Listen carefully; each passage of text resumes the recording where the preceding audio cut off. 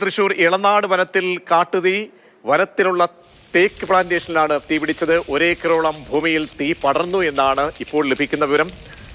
തീപിടുത്തത്തിന്റെ ദൃശ്യങ്ങളാണ് കാണുന്നത്. MS ലിഷോയി നൽകും വിവരങ്ങൾ. ലിഷോയി, കനത്ത ചൂട് സമയത്തിലേക്ക് കടക്കുകയാണ്.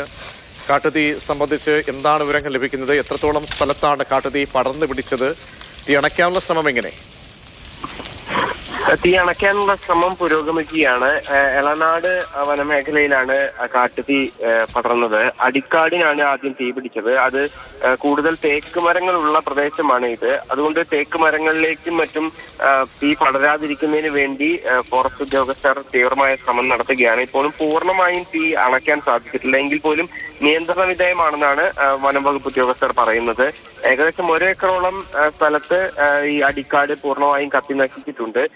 ബാക്കി മറ്റിടങ്ങളിലേക്ക് അധികം പടർന്നിട്ടില്ല എന്നാണ് നമുക്ക് ലഭ്യമാകുന്ന വിവരം. എന്തായാലും ഇപ്പോൾ തീ നിയന്ത്രണ വിധേയമാണ്. ഇനിയിപ്പോൾ ചൂട് കൂടുന്ന സാഹചര്യത്തിൽ സ്ഥിരമായി ഇത്തരം സംഭവങ്ങൾ ഉണ്ടാകാറുള്ള ഒരു സ്ഥലം കൂടിയാണ് ഇളനാട് ചേലക്കര വനമേഖല.